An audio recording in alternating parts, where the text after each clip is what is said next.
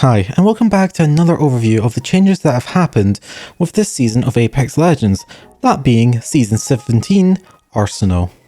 I will not be going over the map changes to World's Edge as I can't capture great footage for that, so we'll be focusing on weapon and legend rebalances mostly. Though I should mention the firing range has had an update this season, so footage from the firing range will look a bit different from last season. Most of this information comes from the patch notes, but I have checked the scripts in the game and they match what's in the patch notes from what I can find. I have not found anything that was not in the patch notes this season. So let's start with the balance updates to the game. The loot spawns have been changed, meaning that the loot vaults should have a higher chance of gold loot and can now have light mags in them now. The cargo box also had some changes with small healing items, the mobile respawn beacon, white armor and white backpacks being removed from the loot pool of them, and large healing items and heat shields have been adjusted to, and I quote, allow for more desirable loot spawns, whatever that really means. Also, gold weapons have been removed from purple tier and have been put up into gold tier, but have a higher chance of spawning. The legends have also had some changes done to them. Firstly, Mirage has been changed from a skirmisher to a support this season.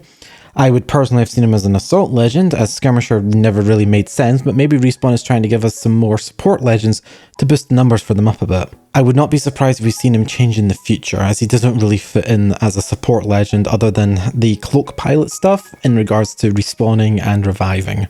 Ashe has had her speed increase when you're targeting with the tactical, however, let's be honest, how often are you actually using that function of the tactical? Catalyst's ultimate, Dark Veil, has finally had the scanning highlights, the little diamonds. Yeah, they're now hidden and no longer visible through it. So that Catalyst and Seer combo from last season, yeah, that's no longer viable. Thank God. Assault classes have had some changes done to them as well, to how the loot bins work, and they should no longer skip a loot tier, which honestly is pretty sad, as I did like going from white to purple, skipping blue, especially when it was on a magazine and an R9. Oh, that's gone now. Optics will now go by everyone on the team and not just what the assault legend who opened it needs. So maybe I'll probably get less sniper digital threats for my charge rifle then. Yeah, it's going to be upsetting. Skirmisher now auto pings when you look and reveal a care package. To be perfectly honest, it should have always been like this, and actually how I thought it worked because I didn't play much Skirmisher last season. Support's had a few changes, the biggest one being that the support bins will now guarantee at least one battery in one of the slots and will now award a mobile respawn beacon if you have any dead teammates, even if you don't have their banner. Banners can now also be crafted by anyone on the support's team, not just the support themselves. Okay, now on to weapons. Firstly, the L-Star has went into the care package and the RE45 has came out of the care package this season. The gold weapons this season are the Flatline, the Triple Take, the Spitfire, the Mastiff, and the Volt. With it being that these 5 guns, well, I can definitely see myself maybe using the Flatty, Stiffy, and Volt from that, because I like those guns. The weapons in the Replicator have been changed as well, with the Alternator and Sentinel going into the Replicator, and the EVA 8 and the 3030 coming out of the Replicator and returning to floor loot. I can now finally avoid the worst sniper rifle in the game. Thanks, Respawn! The L-Star has went into the care package and now does 25 damage to players who have armor and 16 damage to players who don't have armor. Guess what that means? The L-Star has Disruptor on it again, as it did back in Season 2 and Season 3.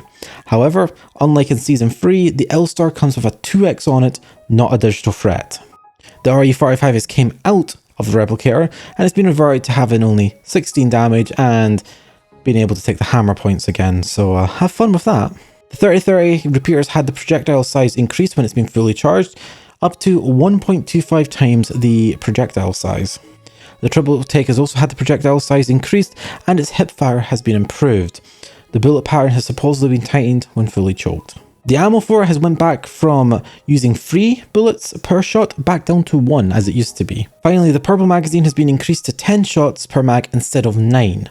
So before it used to be 27 bullets in the magazine, but now it would have been 9, but they've added an extra one on so you get 10. Blah, blah, blah. Basically maths. So this could actually bring the Triple Take back to being a viable marksman again, which really it needs because it got over-nerfed.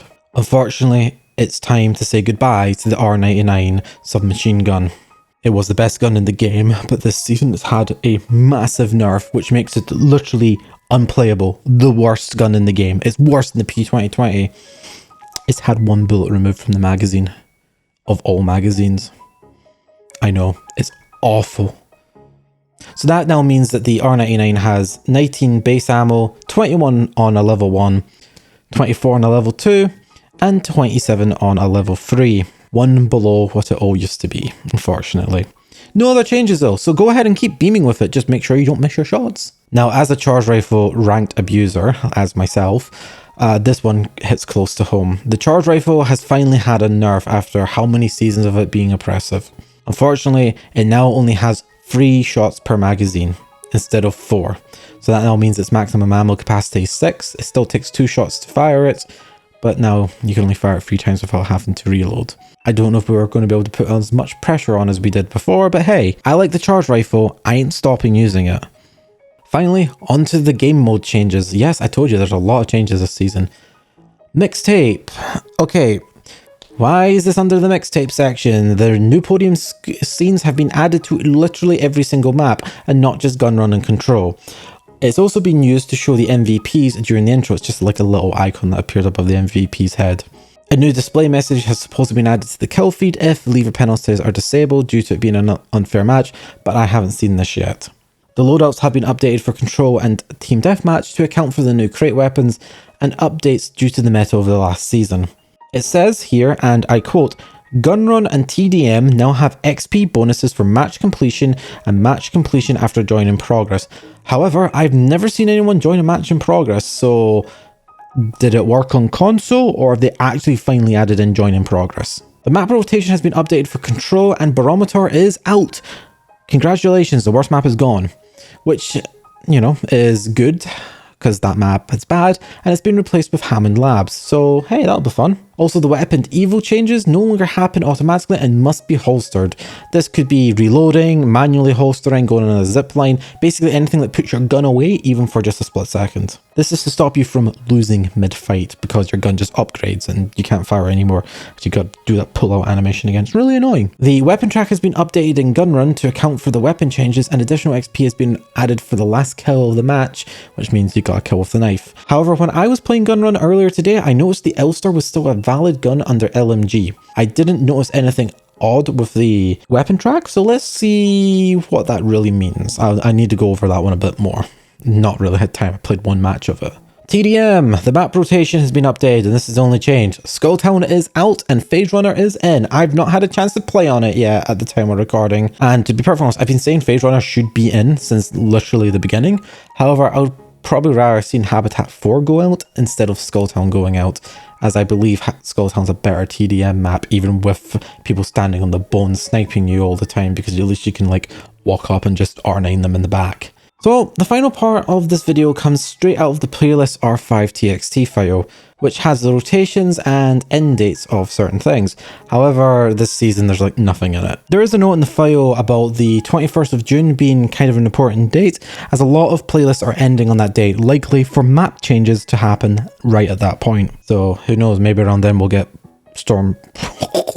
Sorry, almost puke saying Storm...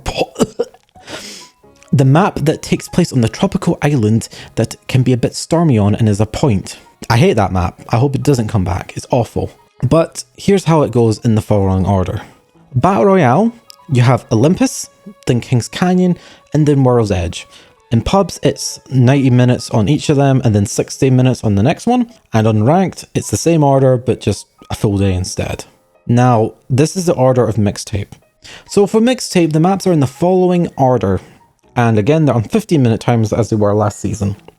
So it goes Team Deathmatch, Phase Runner, Gun Game on Estates, Control on Lava Siphon, Team Deathmatch on Overflow, Gun Game on Fragment, Control on Caustic Treatment, Team Deathmatch on Habitat, Gun Game on Skulltown, and Control on Hammond Labs, and then obviously it repeats.